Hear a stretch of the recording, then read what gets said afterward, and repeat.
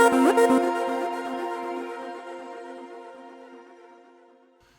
and welcome to the Geek Legion of Doom. This is a B-movie review and I'll be having a look at the movie Never Cry Werewolf. So this stars Nina Dobrev, I think her name is, who you may know from the Vampire Diaries. Now, this is an interesting film to talk about really, because this film literally borrows the whole plot and sometimes nearly shot for shot of one of my favourite films, that being Fright Night. So I'm not kidding. This film is such a copy of Fright Night. It is unbelievable. I've never seen such a blatant rip-off of another film. So they've kind of changed some bits up, which I'll talk about now. So basically what we've got here, we've got sort of a young girl played by Nina, whatever her name is, and she's kind of got this mysterious stranger who sort of moved next door. And she begins to suspect he might be a werewolf rather than a vampire, like in Fright Night. You see what they did there? Basically, there's there's mounting kind of evidence in her mind that he's actually a werewolf, and people are going missing and whatnot. And eventually, she kind of gets the aid of a sort of local. Basically, she gets the aid of kind of one of these sort of TV hunters type places like Steve-O and that kind of thing.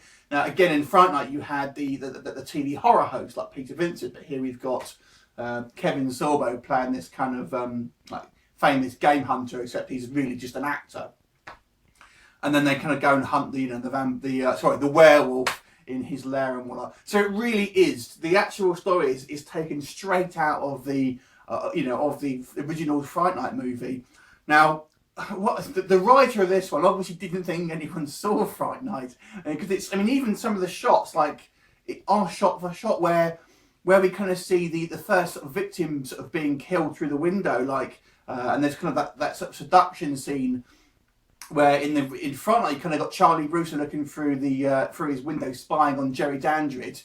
Here you've got the girl spying on this werewolf, where he's kind of seducing this woman, and the shots are literally the same. I was expecting the same bloody music to start up. But there are some differences. In the original Fright Night, Jerry Dandridge had this kind of sort of male servant almost, and he wasn't human. We didn't know what he was. He was kind of some kind of demonic creature or ghoul or something.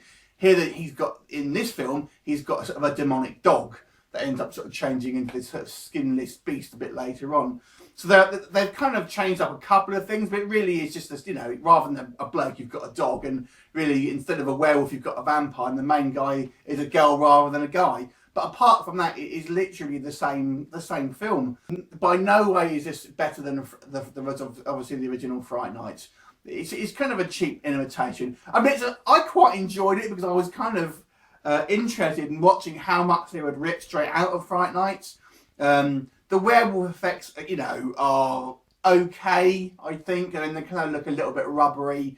You don't really see a lot of the werewolf until kind of the actual end. The acting is, hit and miss. Kevin Sorbo, he's obviously an experienced actor at this point, but I've never thought he was a particularly good actor. And in here, he's absolutely terrible. The main girl's okay. I'm not Nina, whatever her name is. She's okay. She's got this little brother and stuff, and just like in Fright Night, she's kind of got this best friend who ends up kind of getting attacked by the creature. It's exactly the same as Fright Night. So it's an interesting film. I can't believe that this has been produced and people who have made Fright Night hasn't sued them. It's so obvious.